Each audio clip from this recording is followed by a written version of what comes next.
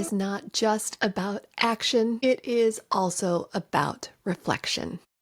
Thank you for taking this ride with me this month. It has been fascinating, hasn't it? I often look at the new moon or the start of a marking period where you have a new goal or a new intention as like that is the day that you sound the bell, that you ring the gong. And then the period of time until your checkpoint or your end of the month or the next new moon or whatever date that you have set for that goal is that that time when the vibration carries off. So bong, if you will. So today is that day where we come to the end of the vibration, and it's the period of time to really rest and most importantly, reflect. So, people talk about don't have expectations, detach from the outcome. But when you set that goal, you're super excited and you really want to visualize and see that outcome and what your expectation of what that period of end marking time is going to look like. Well, let me tell you, so as we have been going through this entire month, let me take you back to the beginning where I set the intention of feeling 5 pounds lighter in my life, having 5 more pounds of lightness in my life. So the expectation measurement marker that I had in my mind was I wanted to go from this physical weight to 5 pounds less. I wanted to declutter my house. I wanted to have more organization. So I wanted to be able to feel lighter. So I didn't hit the number on the mark. I actually went up, I went down, I went back up, I went back down.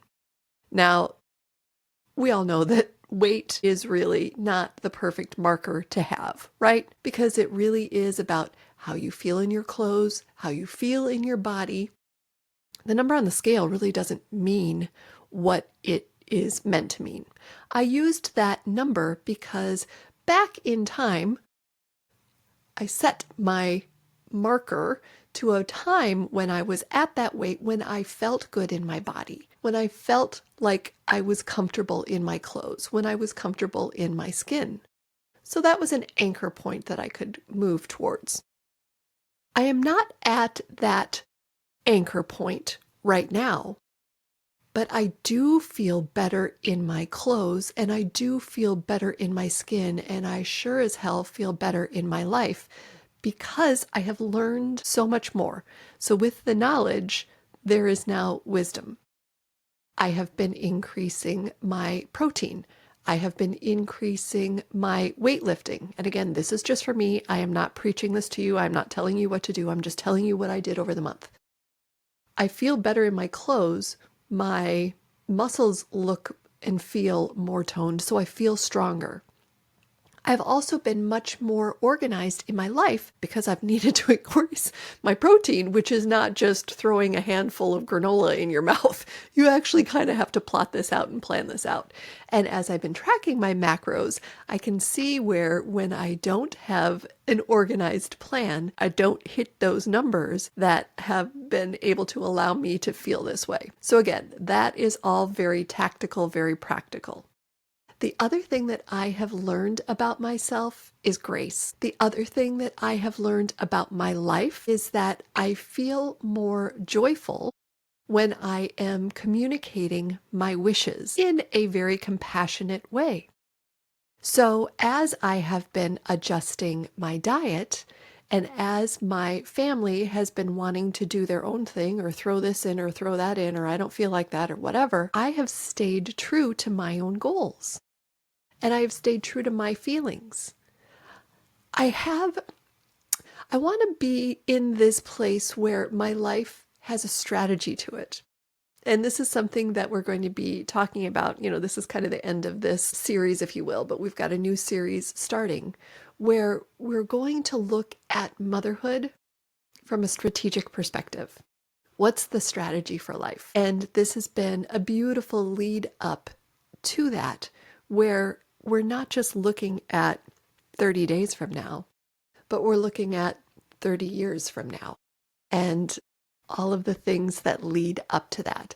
to be able to leave that legacy of love that we are looking for. So what I ask today of myself, and if you want to join along, super, I am going to reflect upon 3 lessons that I have learned over the last 29 days and how I'm going to apply them moving forward.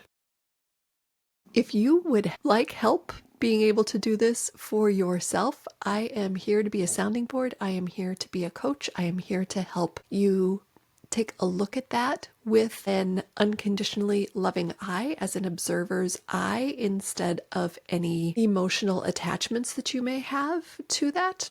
I'm here for you. That's what I am going to do for myself. And